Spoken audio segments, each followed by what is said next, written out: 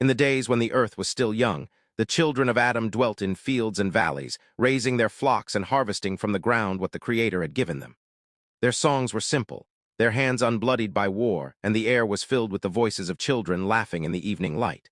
The rivers ran clear, the mountains stood unbroken, and the beasts of the earth lived as they had been fashioned. But above the earth, in the high places of heaven, unseen eyes watched. They were the watchers, mighty beings appointed to guard and guide mankind. For generations they looked upon the earth, but within their hearts shadows began to stir. Among them rose a leader tall and radiant, whose name was Semyaza. One night, as the stars burned like fire across the sky, Semyaza called the chiefs of the watchers together. His voice was like thunder restrained. Brothers of the high places, you have seen the daughters of men. Their beauty shines like the dawn, and their voices are sweeter than the waters of Eden. Why should the sons of heaven not take pleasure in them? Let us descend and choose wives for ourselves, that we may bear children of might upon the earth. A silence fell upon the gathering. The watchers looked one to another, for they knew the decree of the Most High forbade such things. At last one among them spoke, Semyaza, this deed is folly. If we descend, the wrath of heaven will burn against us. Curse of eternity will be upon our heads.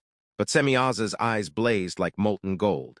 Then let us bind ourselves with an oath, he said, so that none may turn back and leave the rest to bear the sin alone. Together we shall rule the earth. Together we shall become more than watchers, we shall be kings. The others wavered, but desire gnawed at their hearts.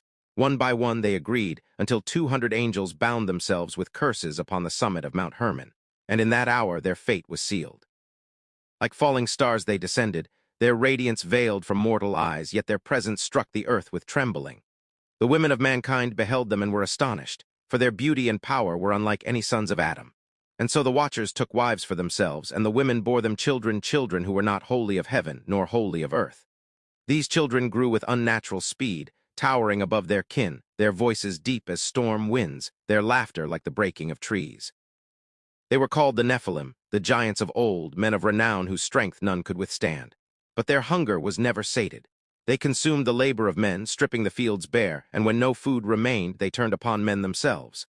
Blood ran in the valleys, and terror spread across the land. And worse still, the watchers did not only take wives. They opened the hidden books of heaven and revealed secrets never meant for mortal hands. Azazel, chief among them, forged iron in the fire and hammered it into blades, teaching men the art of war. To women he gave the paints of the earth, enchantments, and the dark knowledge of how to bend men's hearts. Others taught the signs of the stars and the courses of the moon. They revealed the cutting of roots and the binding of spirits. The mysteries of heaven, once pure and holy, were twisted into weapons of vanity, sorcery, and bloodshed.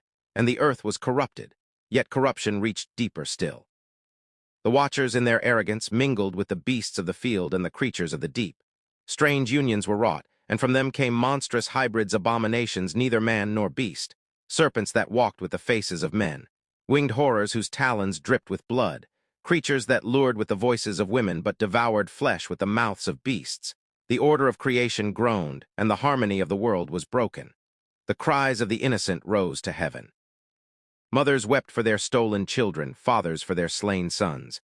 The earth itself, defiled with blood, lifted its voice to the Lord of spirits. O Most High, see what the watchers have done. Behold the violence of the giants, the corruption of flesh, the spilling of innocent blood. Will you not judge the earth? And in the heavens silence fell. The thrones of the holy ones trembled, for judgment was near.